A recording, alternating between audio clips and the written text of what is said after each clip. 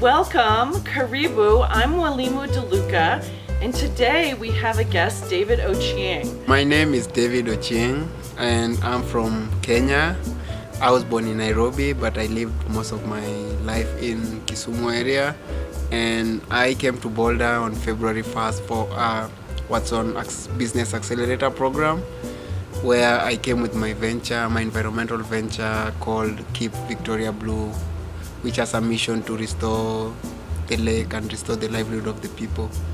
I'm super excited because this interview is part of Regional Cultures of Africa at the University of Colorado.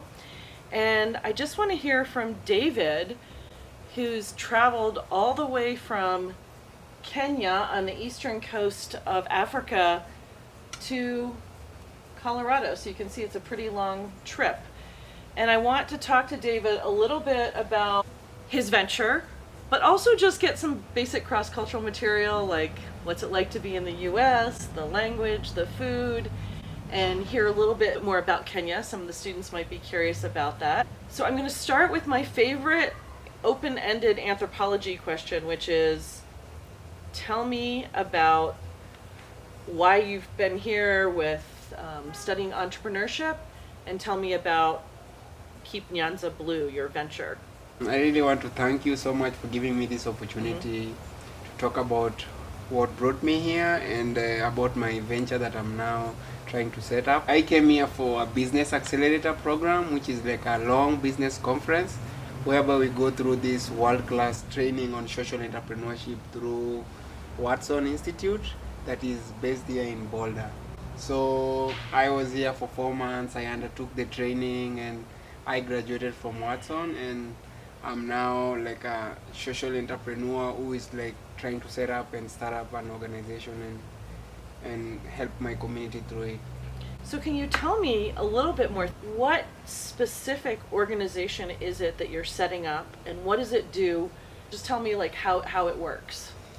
Okay, Keep Victoria Blue is an organization, is a non-profit organization that was formed with a mission to restore the livelihood of the lake and the people that was lost through the invasive species of hyacinth. What is the water hyacinth, and how did it get to Lake Victoria, your home area, which from what I understand is the largest lake on the continent of Africa? Is that true? Yeah, Lake Victoria is the largest freshwater lake in Africa and the second largest in the world. And we share it among 3 countries, Kenya, Uganda, and Tanzania. Water hyacinth is that like aquatic plant that grows over the lake, and it came through River Nile, but it originated originally from South America. How did it get to the River Nile from South America? Wind. Yeah, really wind, interesting. Being pushed by wind, and when it got into the shores, it found the shores like having very fertile water with a lot of nutrients because of non-point pollution, and this made them to thrive over the shores of the lake. And they formed like a blanket over the lake.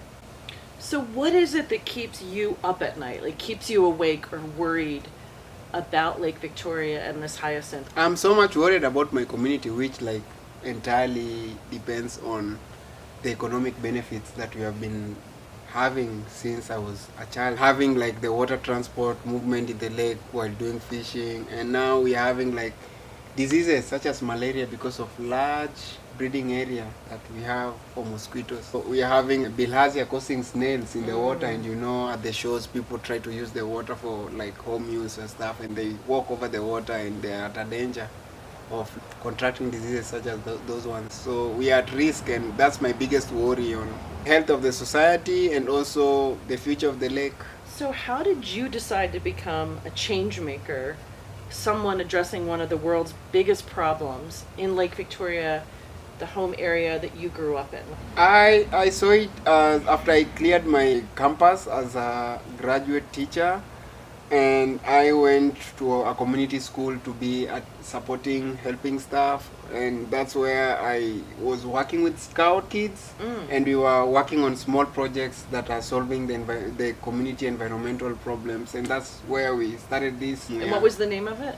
The name of the school was Chulaimbo Boys. Okay. Yeah, so I was working with the scouts at Chulaimbo Boys, and we saw it was something big and possible, like to step up and not to wait for somebody else to come from anywhere to do it.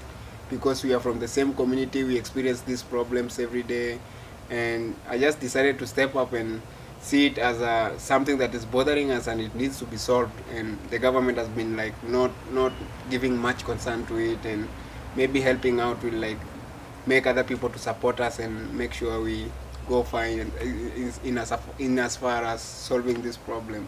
So how does your solution actually work?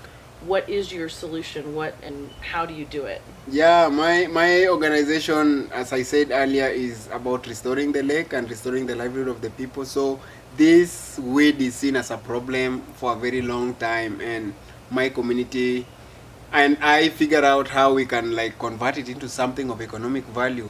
And quite earlier I had like a range of products that we can make from the hyacinth by harvesting it and drying it and using it to make some stuff. We could make chairs, tables, and mats. But we figured out that what was essential was like home fuel, and we could make home fuel out of it because most people from Kisumu are very poor and they use firewood and tree-made charcoal, which is a harm to the environment. The home fuel will be used for cooking basically, and it will be much more cheaper than the tree-made charcoal, which was recently also banned by the government because of excessive deforestation.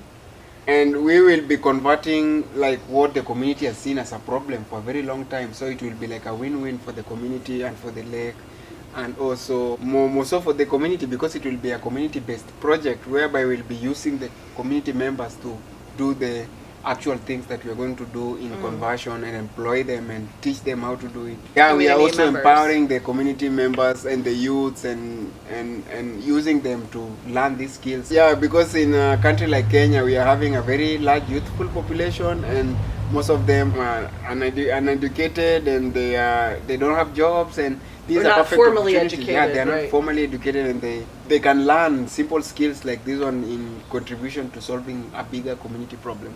So Kenya has a reputation of being a really innovative and entrepreneurial place. Can you tell me a little bit about Pesa? Mobile, I think the is for M for mobile and Pesa for money. Can you tell me why that's innovative and when it started?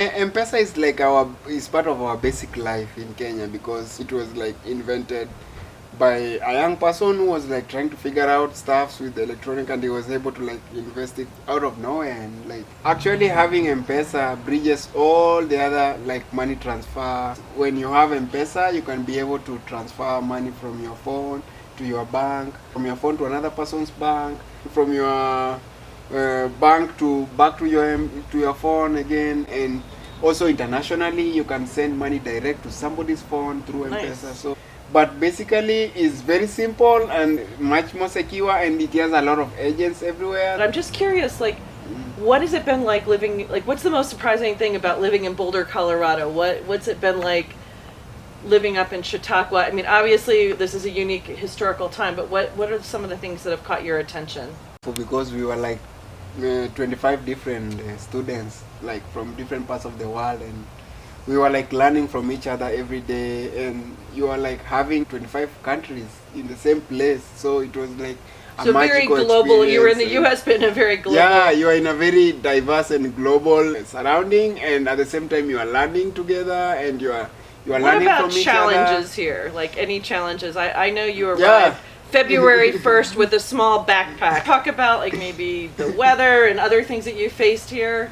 Yeah, I with the snow, it was my first time seeing the snow, and I didn't think of it of being very cold because I knew snow was cold, but I was thinking about the beauty of the snow and being the first time seeing it. And I think it's a cool moment, like to just be in the house and do most of the stuff in the house with the cold outside. And I like the winter, but it really surprised me how big the snow can come.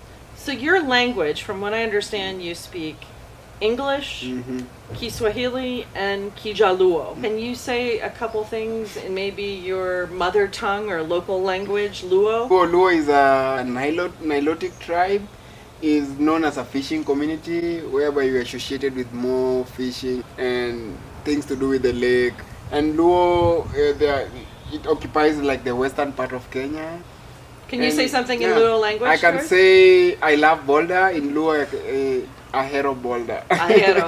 What about something in Swahili, your other... Napenda Boulder, yeah. Napenda I Boulder. love Boulder. I can say that I had a smooth transition, like coming to the US and learning so many things at the same time. It was a magical and wonderful experience, and I've really learned a lot. And it was a very nice cultural exchange for me, and I really enjoyed and learned a lot. Yeah, that's what I can say. Welcome. Well, thank you so much for sharing of yourself, about your project, about your culture, and this is really interesting. Well, thank you. Asante sana. Nashukuru. Okay.